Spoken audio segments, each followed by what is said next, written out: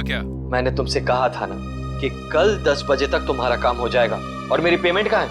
Payment मिल जाएगा तुम्हें। कितनी बार कहा मैंने तुमसे कि मुझे आधे पैसे एडवांस चाहिए और बाकी का काम खत्म होने के बाद। काम करो, पैसा तुम्हें मिल जाएगा। फोन रखो तुम।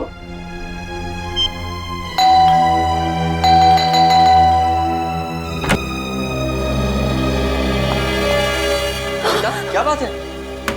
इतनी घबराई भी क्यों हो? कविता,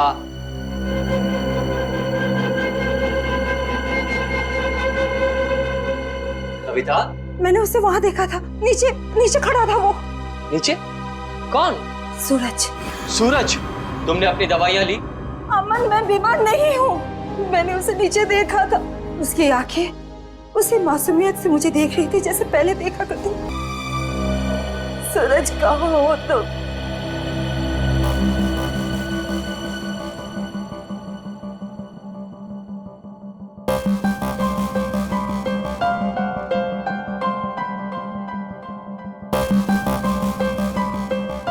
लो, हो गए तुम्हारे 5 मिनट। आया सूरज? आया? नहीं ना? प्लीज 5 मिनट और रुकिए, वो जरूर आएगा। बस कविता, बस। अरे अगले आधे घंटे भी यहाँ खड़ी रहोगी ना, तब भी वहां सूरज नहीं आएगा। तुम्हारे पास ये सब फजूल की बातों के लिए फुर्सत है, मेरे पास नहीं।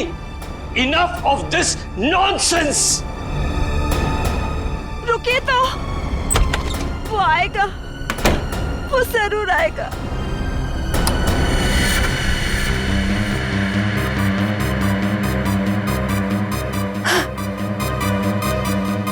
अमन, अमन जल्दी आइए।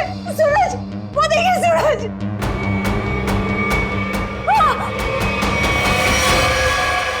सूरज, अमन, अमन, अमन, जल्दी आइए, जल्दी आइए। अरे अमन, सूरज गिर गया। कविता, आइए जल्दी, आइए। वो छत से गिर गया है, मैंने अपनी आंखों से देखा है। चलिए जल्दी। कविता क्या कर रही हो? अरे सबके सामने तमाशा मत करो प्लीज। अरे हमें सूरज को बचाना है। सूरज, सूरज। क्या हुआ मैम साहब, आप इस तरह चिल्ला क्यों रही हैं? कहाँ है सूरज? सूरज कहाँ गया? कौन सूरज मैम साहब? इस विंग में तो इस नाम के कोई भी साहब नहीं रहते।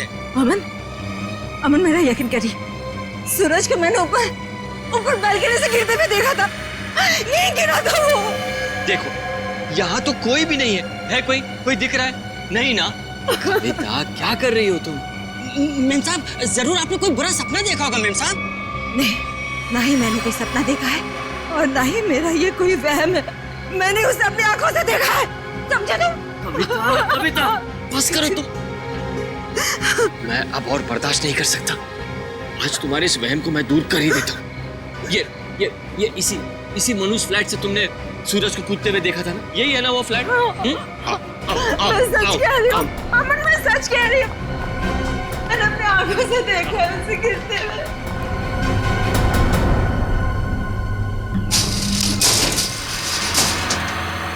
ये लो, अपनी आंखों से देख लो, यहाँ ताला लगा हुआ है। कविता, मैंने तुमसे कहा ना कि ये फ्लैट 1 साल से बंद पड़ा हुआ है।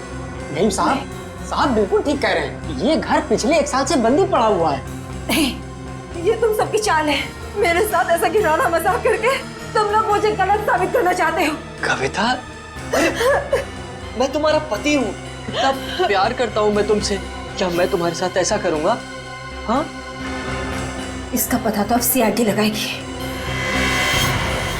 तुम भी ना कविता, हद करती हो बस। हमारी किसी की बात तुम्हारे समझ में नहीं आती। अब सीआईडी को बुलाने की क्या जरूरत थी? कविता जी आप हैं? जी मैं हूँ। आप ही ने हमें फोन करके बुलाया? हाँ, मैंने किया था आप लोगों को फोन। तो बताइए क्या हुआ यहाँ पर? मैं आपको बताता हूँ सर। कविता आप क्या कौन है? मैं अमन, कविता का पति और सूरज का फैमिली लॉ। सूरज, वही जिसने छलांग लगाकर खुदकुशी की? हाँ वही।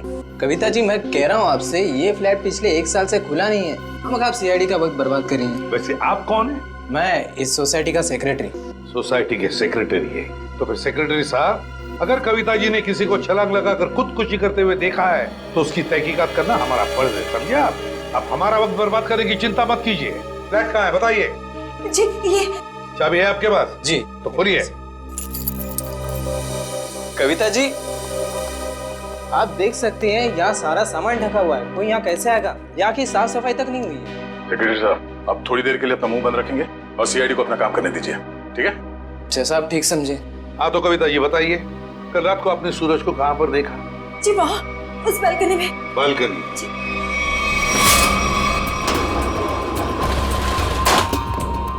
आइए बताइए, सूरज को कहाँ देखा था आपने? यहाँ खड़ा था। यहाँ पर? हाँ जी। और सर ये सब कल की बात नहीं, पिछले कई दिनों से मैं उसे यहीं देख रही हूँ। पर कविता जी ये हो कैसे सकता है? ये फ्लैट को बाहर से ताला लगा हुआ था और ये फ्लैट 6ठे माले पर है। भले ये फ्लैट 6ठे माले पर हो या 7वें माले पर, लेकिन यहाँ पर कोई तो आया था जरूर। कल रात को यहाँ पर कोई था, समझे? पर ये आप इतनी यकीन के साथ कैसे कह सकते हैं? ये मैं नहीं कह रहा हूँ, इस रेलिंग पर जो धूल जमी हुई है ना, ये हमें बता रही है। पर ये हो कैसे सकता है? कोई तो आया था यहाँ पे बालकनी में। ये बालकनी की रेलिंग पे ये मिट्टी देख रहे हो? यहाँ पे मिट्टी साफ है। ऐसा लगता है कोई यहाँ पे था जिसने इस रेलिंग के साथ छेड़छाड़ की। अब आप लोगों को मेरी बात पर यकीन हुआ ना सर? देखा अमन, मैं सच कह रही थी। एक मिनट। अगर किसी ने यहाँ से खुदकुशी की होती तो उसकी लाश कहाँ है? और इतने ऊपर से कूदने के बाद जमीन पर गिरते ही उसका सर फटा होगा, खून निकला होगा। जमीन पर ना उसकी लाश मिली, ना जमीन से खून के निशान। और तो और वॉचमैन तो कुछ देखता। अब हम देख लेंगे और पता भी लगा लेंगे। देख, नीचे चलते हैं।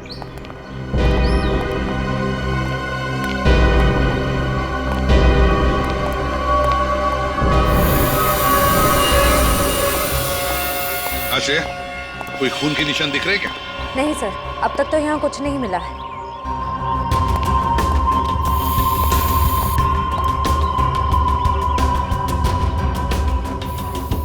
वॉचमैन, कल रात ड्यूटी पर थे ना तुम? साहब नहीं था। तो फिर तुमने देखा कैसे नहीं किसी को ऊपर से गिरते हुए?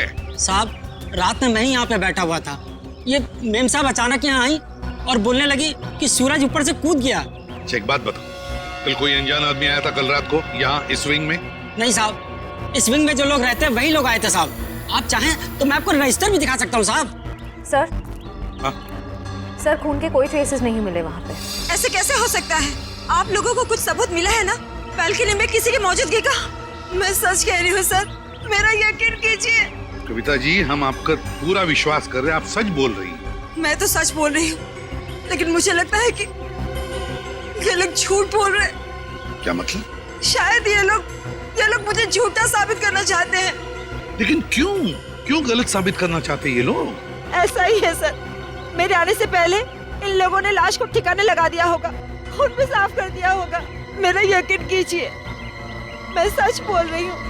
कविता, तुम सबके सामने पतंग खड़ा कर रही हो।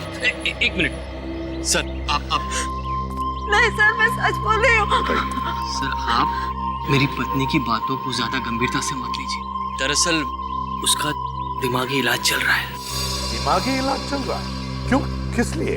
उसे हेलुसिनेशंस होते हैं सर। उसे ऐसे लगता है जैसे सब लोग उसके खिलाफ हैं। और जिस सूरज की वो बात कर रही है ना, उसकी तो 1 साल पहले मौत हो चुकी है। सूरज की मौत 1 साल पहले हुई थी? जी। अच्छा, और फिर भी इस बात का तो नजरअंदाज नहीं कर सकते ना कि आपकी पत्नी कविता ने किसी को ऊपर से छलांग लगाकर खुदकुशी करते हुए देखा है।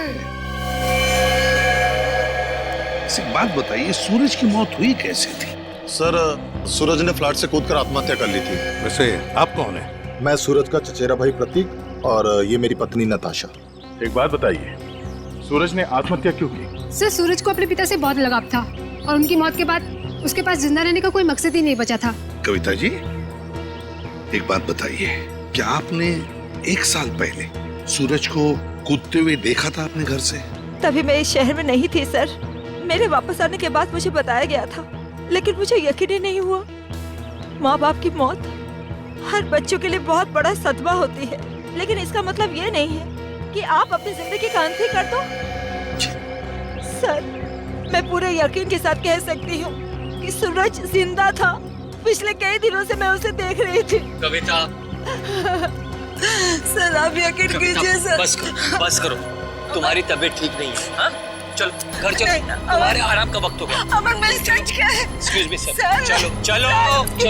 चलो मेरे साथ, चलो। अमन, मैं सच बोल रही हूँ सर, कविता आंटी को सूरज की मौत का बहुत गहरा सदमा लगा है, इसलिए उसके कूदने का दृश्य उनकी आंखों के सामने बार बार आता रहता है। सर, कविता आंटी की अपनी कोई संतान थी नहीं और वो सूरज को अपने बेटे समान मानती थी। सूरज को हॉस्पिटल कौन ले गया था? मैं, नताशा और अमन अंकल, हम तीनों मिलकर लेकर गए। सर, मैं भी था। हाँ, शेखर, सूरज के पिता का बचपन का दोस्त। कौन से हॉस्पिटल ले गए थे सूरज को? Sir, city hospital. City hospital. देख,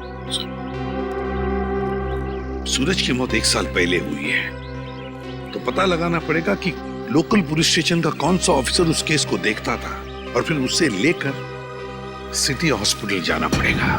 16 दिसंबर 2012 की रात थी जब सूरज को इस हॉस्पिटल में लाया गया था। काफी नाजुक हालत थी उसकी, कंधा टूट गया था उसका, सर पे भी गहरी चोट आई थी। लग नहीं रहा था कि वो बचेगा। लग नहीं रहा? बिल्डिंग से कूद के उसकी मौत हो गई थी ना? मौत? नहीं सर, इस हॉस्पिटल के डॉक्टर इतने काबिल थे, उन्होंने उसको बचा लिया था। क्या सूरज जिंदा है? नहीं सर, वो मर चुका है। अरे अभी अभी तो तुम कह रहे थे कि डॉक्टरों ने उसे बचा लिया था।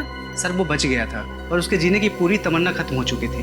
हॉस्पिटल से ऑपरेशन के 3 दिन बाद ही वो हॉस्पिटल से भाग गया और फिर ओडाला के ब्रिज से जाकर उसने आत्महत्या कर ली। ओडाला ब्रिज? मतलब सूरज की मौत बिल्डिंग से कूदने से नहीं, ओडाला ब्रिज से कूदने से हुई है। मगर सर, सूरज के घर वालों ने हमसे झूठ क्यों कहा? उसका तो पता हम लोग लगा ही लेंगे। पहले जरा उस डॉक्टर से मिलते हैं जिसने सूरज की जान बचाई थी। सूरज का ऑपरेशन डॉक्टर रेणुका ने ही किया था। डॉक्टर रेणुका? जरा बुलाइए उन्हें। पर अब डॉक्टर रेणुका इस हॉस्पिटल में काम नहीं करती हैं। काम नहीं करती? क्या मतलब? सर, जिस दिन सूरज हॉस्पिटल से भाग गया था उस दिन डॉक्टर रेणुका भी हॉस्पिटल में आखिरी बार ही दिखी थी। सर, हो सकता है डॉक्टर रेणुका ने ही मदद की हो सूरज की हॉस्पिटल से भागने में, क्योंकि इतनी गहरी चोट लगने के बाद कोई आदमी अकेले तो भाग नहीं सकता। ठीक है। जब सूरज का ऑपरेशन हो रहा था तो आप भी थी ना ऑपरेशन थिएटर में? हाँ सर, सूरज का बच पाना तो लगभग असंभव था, मगर डॉक्टर रेणुका ने तो कमाल कर दिखाया। उन्होंने सूरज की जान बचा ली। हॉस्पिटल में सब लोगों ने उनकी तारीफ भी की थी। जब सूरज इतना घायल था तो वो हॉस्पिटल से भागा कैसे? आपके हॉस्पिटल की सिक्योरिटी ठीक नहीं लगता है? पता नहीं सर कैसे भाग गया। डॉक्टर रेणुका ने तो उन्हें नींद का इंजेक्शन भी दिया था। लगभग 3 घंटे तक तो उन्हें होश ही नहीं आना चाहिए था। ठीक है, आप जरा हमें रेणुका जी के सारे डिटेल्स दीजिए, सारे रिकॉर्ड्स। ओके सर, मैं अभी लेकर आती हूँ। रेडी? पता करो उस रात सिक्योरिटी में कौन था, लेके आओ। सचिन, आप इनके साथ होडाला ब्रिज जाओ, देखो कहाँ से छलांग मारी थी उस सूरज ने। आइए।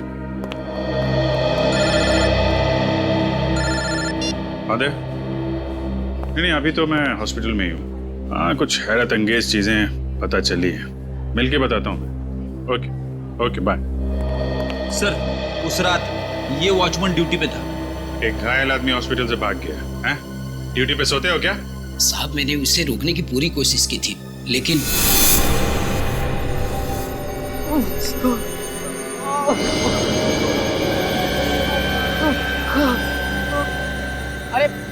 अरे साहब, आप कहाँ जा रहे हैं? अपने काम से काम रख। ऐसे मैं आपको नहीं जाने दे सकता साहब। मेरे बीच में हट जा वरना तेरी जान ले लूंगा। और साहब ये कहाँ से उठाया आपने? नहीं, मैं आपको नहीं जाने दे सकता। ये देखिए साहब, उस चोट का निशान आज तक है। सूरज ने होडाला ब्रिज से कूद के आत्महत्या की और ये बात उसके घर वालों ने हमसे छुपाई है। कोई तो ऐसा राज है जिस पर वो लोग पर्दा डालने की कोशिश कर रहे हैं। क्या सूरज की मौत बिल्डिंग से कूदने से नहीं बल्कि होडाला ब्रिज से छलांग लगाने से हुई थी? और इतनी बड़ी बात तुम लोगों ने मुझसे क्यों छुपाई? सिर्फ आप ही से नहीं कविता जी, इतनी बड़ी बात सीआईडी से भी छुपाई गई है। कानून से कोई बात तब छुपाई जाती है जब जुर्म के ऊपर पर्दा डालने की कोशिश की जा रही हो। ये बात हमने कविता से इसलिए छुपाई थी, हम नहीं चाहते थे कि कविता सूरज के वापस लौटने की झूठी उम्मीद में जिए।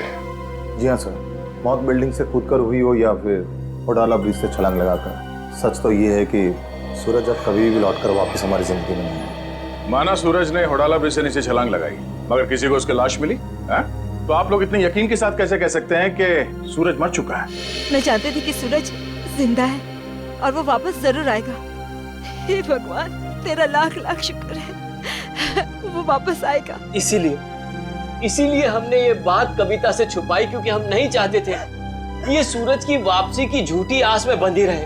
अब आपने इसे सब कुछ सच सच बताकर इस बेचारे की बची कुची जिंदगी में भी जहर घोल दिया। तुम मेरे पति नहीं हो, दुश्मन है दुश्मन।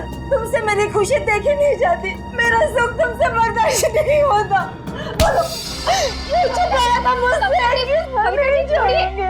कविता जी संभालिए। छोड़िए छोड़िए। अब तो खुश है ना आप लोग हमारे घर में झगड़ा लगाते हो? आपके घर के झगड़े से ज्यादा जरूरी फिलहाल हमें यह जानना है सूरज जिंदा है या नहीं, और अगर वो जिंदा नहीं है तो फिर कौन है वो आदमी जो नकली सूरज बनकर ये खेल खेल रहा है। अच्छा, ये है डॉक्टर रेणुका, इसने बचाया सूरज को। हाँ सर, इनके घर पे पूछताछ करने पे इनके नौकर ने बताया कि हॉस्पिटल की नौकरी छोड़ने के 1 हफ्ते बाद ये सिंगापुर चली गई थी। हॉस्पिटल से नौकरी छोड़ने के बाद ये सिंगापुर चली गई, तो फिर कभी न कभी तो वापस आती होगी। नहीं सर, वापस आना तो दूर की बात है, इन्होंने एक फोन तक नहीं किया। अरे, एक फोन तक नहीं किया? बड़ी अजीब बात है। कोई अपना घर नौकर पर सौंप जाता है तो कभी न कभी फोन करके पूछताछ तो करता है घर की हालत के बारे में। हाँ सर, पर इन्होंने ऐसा बिल्कुल नहीं किया। और सर, नौकरों की पगार हर महीने सीधे उनके अकाउंट्स में डाल दी जाती है, वो भी कैश। नहीं नहीं नहीं नहीं, कुछ और ही चक्कर है, कुछ और ही चक्कर है ये। सर ये धीरज, इन्होंने सूरज को ओडाला ब्रिज से कूदते हुए देखा था 1 साल। क्या तुम्हें पूरा यकीन है कि वो सूरज ही था? जी सर, पुलिस ने उस वक्त उसकी फोटो दिखाई थी, वही सूरज था। क्या यही था वो? हैं? जी सर, यही सूरज था। अगर तुमने सूरज को ब्रिज से कूदते हुए देखा तो तुमने उसे बचाने की कोशिश क्यों नहीं की? रोका क्यों नहीं उसे? सर, मुझे नहीं मालूम था कि ये कूदने वाला है। मैंने समझा कि बस यूं ही टहलने के लिए आया होगा। जब तक मैं कुछ समझ पाता, इन्होंने वहां से छलांग लगा दी। कब हुआ ये? सर, रात तकरीबन 1 बजे की। रात के 1 बजे? तो क्या मैं पूछ सकता हूँ कि रात के 1 बजे आप वहाँ क्या कर रहे थे ओडाला ब्रिज पर? सर, वो क्या है ना कि मैं एक लेखक हूँ। जब कभी कहानी लिखते लिखते अटक जाता हूँ तो वहाँ टहलने के लिए निकल पड़ता हूँ, इस उम्मीद से कि शायद कोई नई प्रेरणा मिल जाए। लेकिन जब से ये हादसा हुआ है ना सर, मैंने उस ब्रिज पे जाना बंद कर दिया है। वैसे आप लिखते क्या है? सर, मैं उपन्यास लिखता हूँ, नोवेल्स। ठीक है धीरज, थैंक यू वेरी मच, तुम जा सकते हो। अगर जरूरत पड़े तो हम तुम्हें फिर से बुला लेंगे।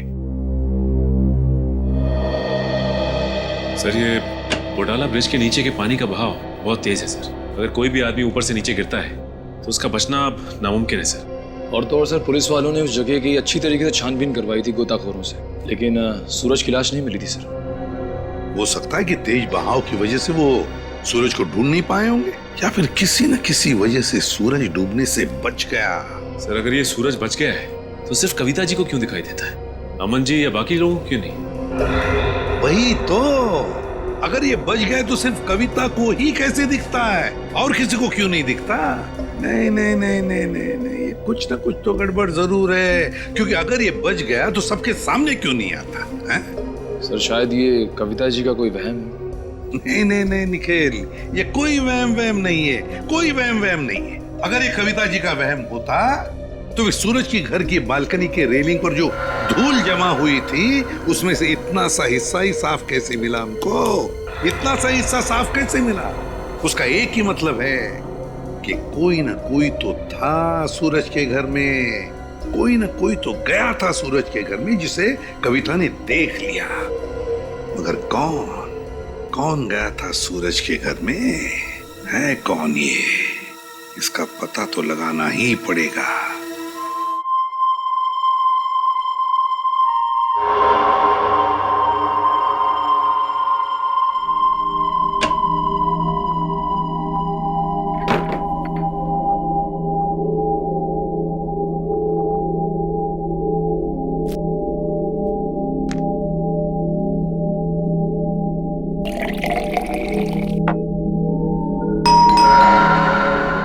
इस वक्त कौन हो सकता है?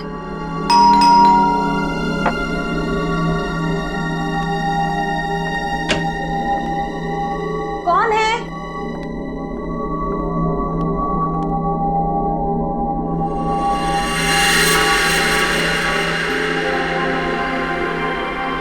सूरज, सूरज, आज सबके मुंह पे ताला लग जाए। हाँ, सूरज? अब कहाँ चले गए? सूरज कहाँ? सूरज बंद करो ये मजाक, कहाँ हो तुम? सूरज आ जाओ अभी। सूरज मेरी आंखें तरस गई है तुम्हें देखने के लिए। सूरज, सूरज कहाँ हो सूरज तुम? सूरज, सूरज। कविता आंटी, सूरज तुम ऊपर जा रहे हो ना? आप ठीक हो ना? मुझे तुम्हारे कदमों की आवाज आ रही है। सूरज रुक जाओ। आप ऊपर क्यों जा रही हो? सूरज रुक जाओ, रुक जाओ सूरज। कविता आंटी इस वक्त आप छत पर क्यों जा रही है? सूरज सुना ही नहीं होगा। सूरज, सूरज मैं जानती हूँ कि तुम छत पर आके छिपे हो। देखो अब अच्छे बच्चे की तरह वापस आ जाओ। अब मेरे सब्र का और इम्तिहान मत लो सूरज। कहाँ हो तुम? अब अगर तुम 5 गिनने तक बाहर नहीं आए ना, मैं तुमसे कभी बात नहीं करूंगी। 1 2 3 4।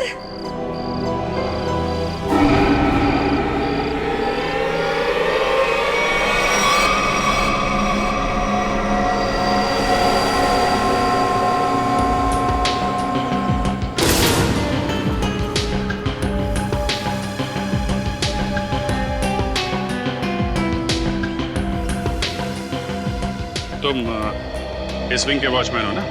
जी साहब। कैसे हुआ ये सब? साहब कल रात तकरीबन 2 बजे मुझे किसी की चीख सुनाई दी। देखा लहूलुहान जमीन पर पड़ी हुई थी। सर मैं सोच भी नहीं सकता था कि सूरज के गम में कविता आत्महत्या। पता नहीं आजकल के लोग इतना कमजोर क्यों हो गए। दुख बर्दाश्त करने की किसी में भी शक्ति नहीं रही। सर सही है, देखिए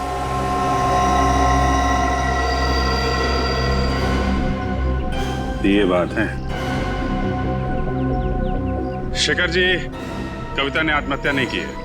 क्या बोल रहे हैं आप? इनके हाथों में बहुत सारी खरोंचे हैं, चूड़ियां टूटी हुई हैं।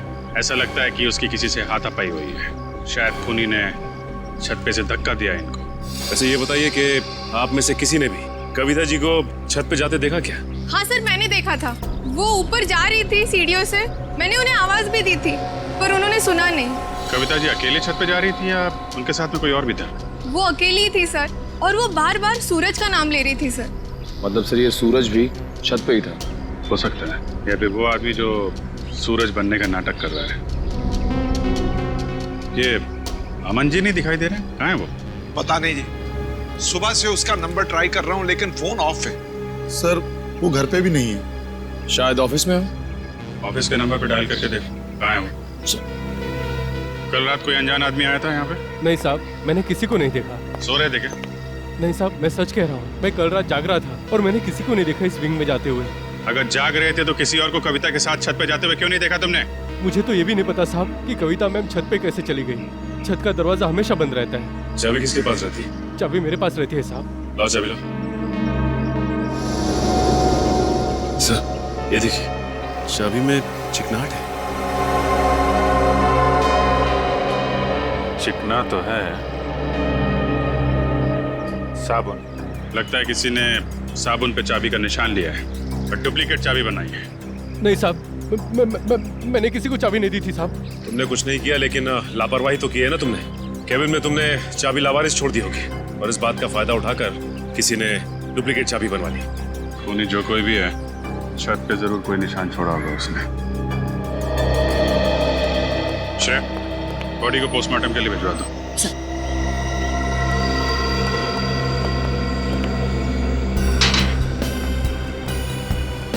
यहां से गिरी है।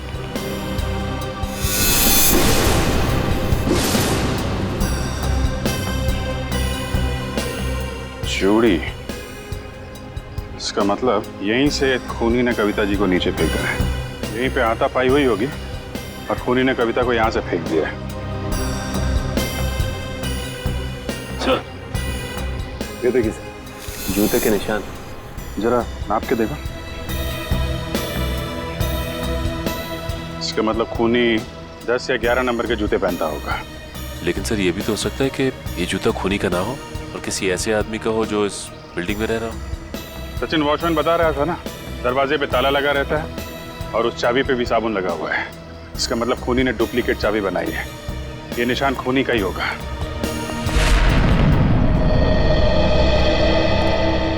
क्या पता चला ऑफिसर? सर उनके ऑफिस ने बताया कि अमन जी कल दिल्ली जाने वाले थे कॉन्फ्रेंस के लिए, लेकिन वो दिल्ली पहुंचे ही नहीं। दिल्ली पहुंचे ही नहीं? हाँ सर, उनकी फ्लाइट की टिकट ही बुक थी, लेकिन वो मुंबई एयरपोर्ट तक ही नहीं पहुंचे। सर कहीं ऐसा तो नहीं कि अमन जी ने ही कविता जी को? कैसी बात कर रही हैं आप? अमन कविता से बहुत प्यार करता था और वो कविता के लिए अपनी जान तक दे सकता था। ऐसी बात है तो फिर अमन गायब क्यों हो गया? बीवी की मौत हो गई और पति लापता?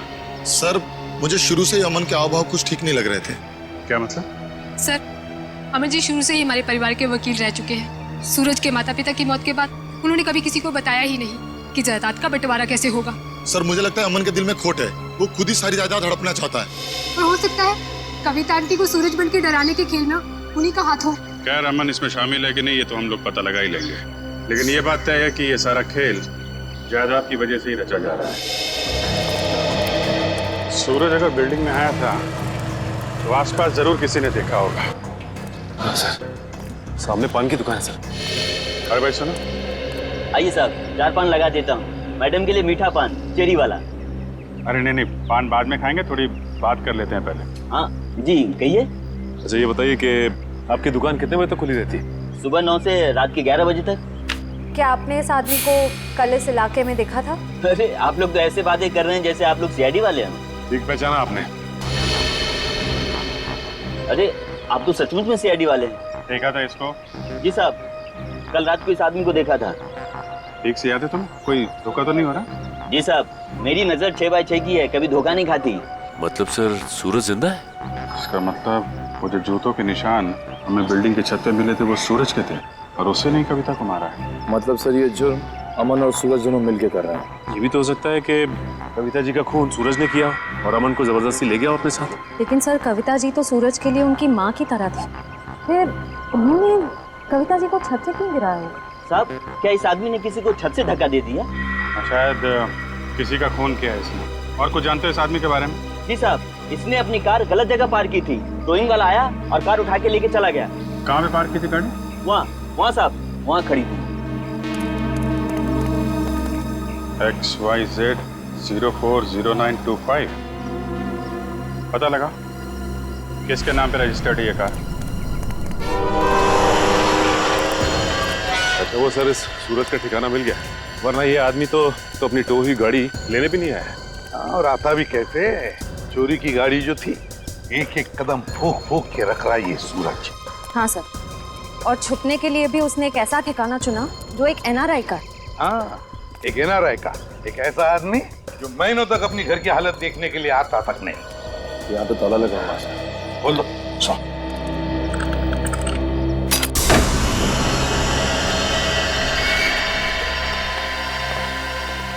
इस कमरे में से तो बहुत बुरी तरह से बदबू आ रही है।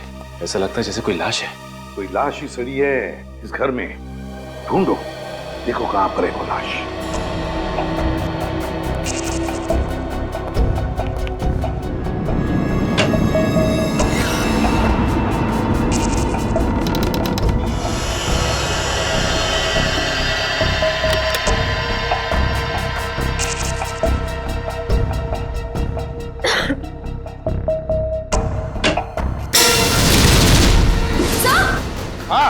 सर जल्दी आइए।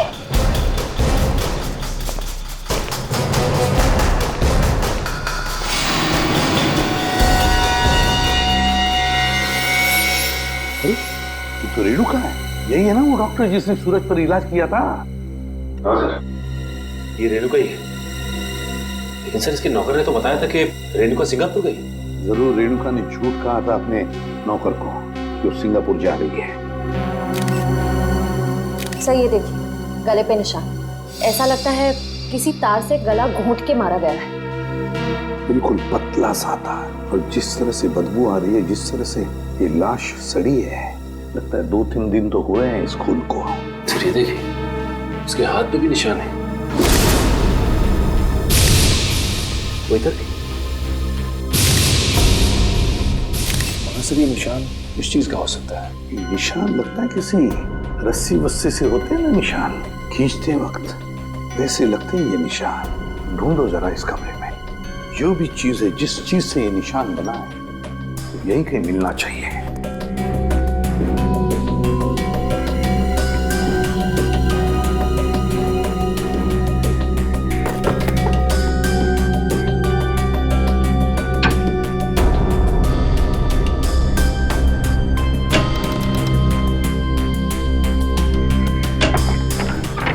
माय गॉड सचिन, ये देखो क्या है यहाँ पर कबर्ड में, डमी।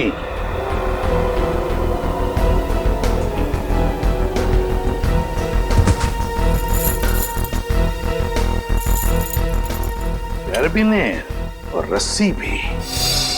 सचिन, लगता है रेणुका के हाथ पर जो निशान है ना, शायद इस रस्सी की वजह से ही है, खींचते हुए। ये देखो ऐसे। हाँ सर, लेकिन सर ये सारी की सारी चीजें इस घर में क्या कर रही हैं? क्योंकि ये सब चीजें तो शूटिंग में इस्तेमाल की जाती है, हार्नेस बांधने की। याद है सचिन, सूरज के घर की बालकनी के रेलिंग पर बहुत सारी धूल जमी हुई थी, लेकिन एक जगह पर इतना सा हिस्सा साफ था। जरूर इस रस्सी की वजह से ही होगी वो जगह साफ। मतलब सर ये सूरज का बालकनी से कूदना कविता जी का वहम नहीं था, बल्कि रेणुका और सूरज दोनों की मिलीजुली साजिश थी। बिल्कुल सचिन, ऐसा ही होगा। हुआ ये कि सूरज जब अपने घर में आया तो कविता ने उसे सामने से देख लिया। फिर सूरज और रेणुका ने मिलकर इस डमी को अपनी बालकनी से नीचे फेंक दिया।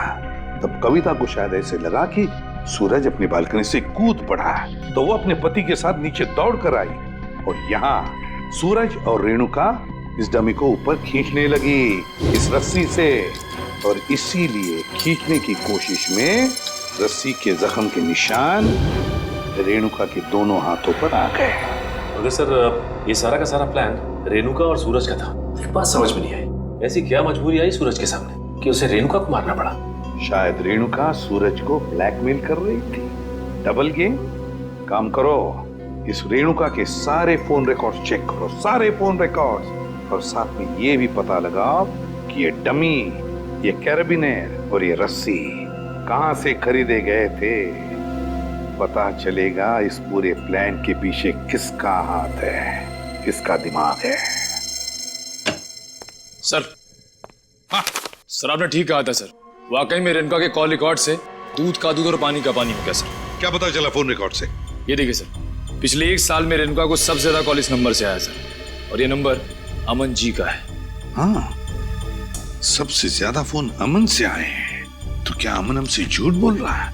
कहीं अमन भी तो मिला नहीं इसमें? हो सकता है सर, हो सकता है कि अपनी बीवी की मानसिक स्थिति का फायदा उठाया उसने और ये सारा ड्रामा रचा सूरज का, ताकि वो अकेले उसकी प्रॉपर्टी का हकदार बन जाए।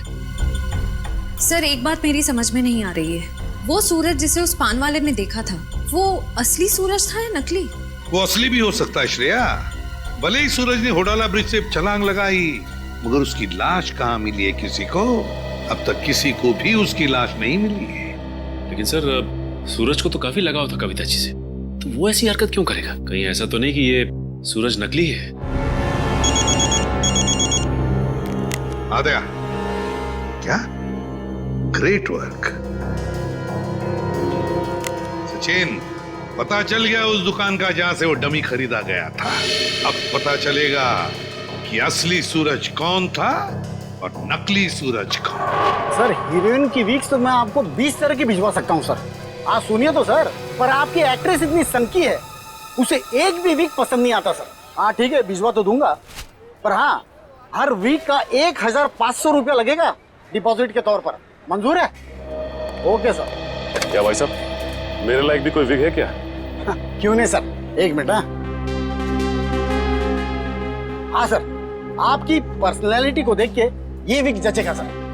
नहीं, मेरे हिसाब से इनके ऊपर ये विग सूट करेगी, और मेरे ऊपर ये वाली, और फ्रेडी तुम्हारे ऊपर ये थोड़े लंबे बाल चाहिए ना, इनके ऊपर ये वाला जचेगा। सर ये कैसा मजाक है? मजाक नहीं, हम लोग सीआईडी से हैं। सीआईडी? जी हाँ। कौन आया था इनमें से आपके पास? नहीं सर, कोई नहीं आया था सर। ध्यान से देखो, हो सकता है इनमें से कोई आदमी ये डमी लेने आया हो। हाँ सर, ये डमी तो वो आदमी किराए पर लेकर गया था सर, और वापस आ ही नहीं सर। कौन था वो आदमी? सर एक मिनट, मैं देख के बताता हूँ। मिल गया, धीरज नाम था उसका सर। सर उस आदमी का नाम भी तो धीरज था ना, जिसने सूरज को ब्रिज से कूदते हुए देखा था। अच्छा भाई साहब, ये उस आदमी के चेहरे पे कोई कटा हुआ निशान था क्या?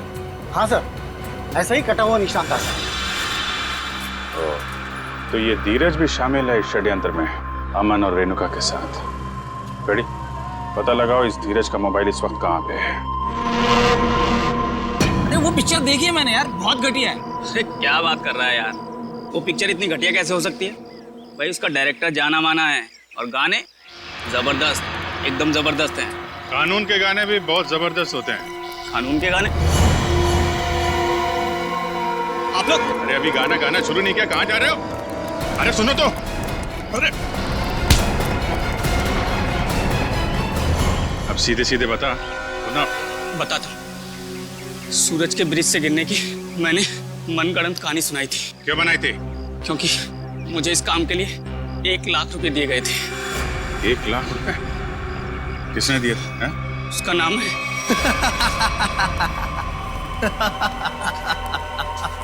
क्यों किया तुमने कविता के साथ ये सब? और मुझे यहाँ इस तरह बांध कर तुम्हें क्या मिलेगा? सुकून, ढेर सारा सुकून। ठीक उसी तरह जिस तरह मौत की दुनिया से निकलकर जिंदा लोगों की दुनिया में आकर मिलता है, वो सुकून। बकवास बंद करो। ना तुम कभी मरे थे और ना ही तुम सूरज हो। बहरूपिये हो तुम, बहरूपिये। अरे बाप रे, तुम्हें तो सब पता है। क्या है ना कि इतनी बातें जानना तुम्हारी सेहत के लिए ठीक नहीं है। तो मैं सोच रहा हूं कि तुम्हारी सारी तकलीफें मैं दूर कर ही देता हूं। ये क्या कर रहे हो तुम? इतनी बातें जानना तुम्हारी सेहत के लिए ठीक नहीं है। तो मैं सोच रहा हूं कि तुम्हारी सारी तकलीफें मैं दूर कर ही देता हूं। ये क्या कर रहे हो तुम? रुक जाओ जतिन, इसकी टिकट काटने से पहले इसे देख लेने दो कि ये सारा खेल किसका रचा हुआ है। तुम? हाँ मैं कभी सोच भी नहीं सकता था कि इस सब के पीछे तुम हो। तुम्हारे सोचने की शक्ति वैसे भी कभी कुछ खास रही नहीं, और अब अपने जीवन के आखिरी पलों में अपने दिमाग पर जोर डालना बंद करो। हम ही सब कुछ आपको बता देते हैं। क्यों जतिन? क्या है ना कि तुम्हारे मरने के बाद मैं कोर्ट जाऊंगा, सूरज बनकर सरकारी कागजों पर दस्तखत करूंगा। फिर क्या है, सारी जायदाद हमारी। क्यों बॉस? अरे तुम लोगों को प्रॉपर्टी चाहिए थी तो मुझसे पहले ही कह देते। कविता की जान लेने की क्या जरूरत थी? बहुत अफसोस है कविता की मौत का। जतिन चलो अब देर मत करो, इसे भी भेज दो कविता के पास, भेज दो। Yes boss.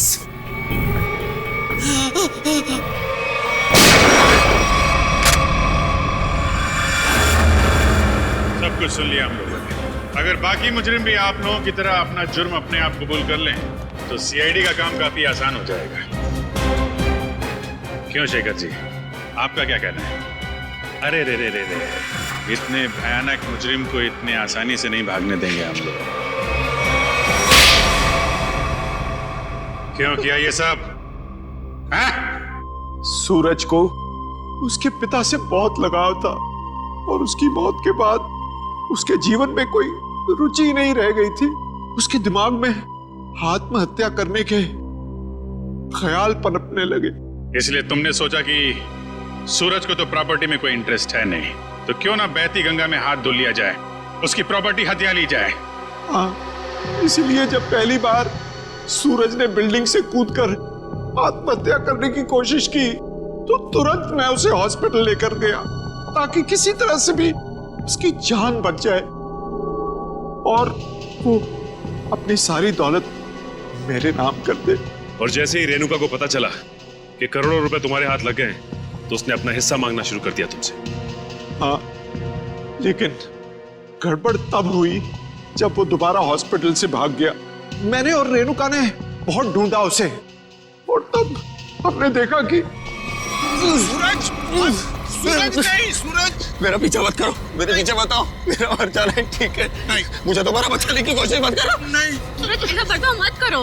किसी एक आदमी चले जाने से जिंदगी खत्म नहीं हो जाती। वो मेरे पापा थे, पापा। तुम लोग क्या समझोगे मेरे पापा के बारे में? नहीं सूरज, नहीं नहीं नहीं, मुझे छोड़ दो। मुझे अगर तुम दोनों में से किसी ने भी कूदने से रोका तो मैं अपनी जान ले लूंगा, मैं अपनी जान ले लूंगा, मैं अपना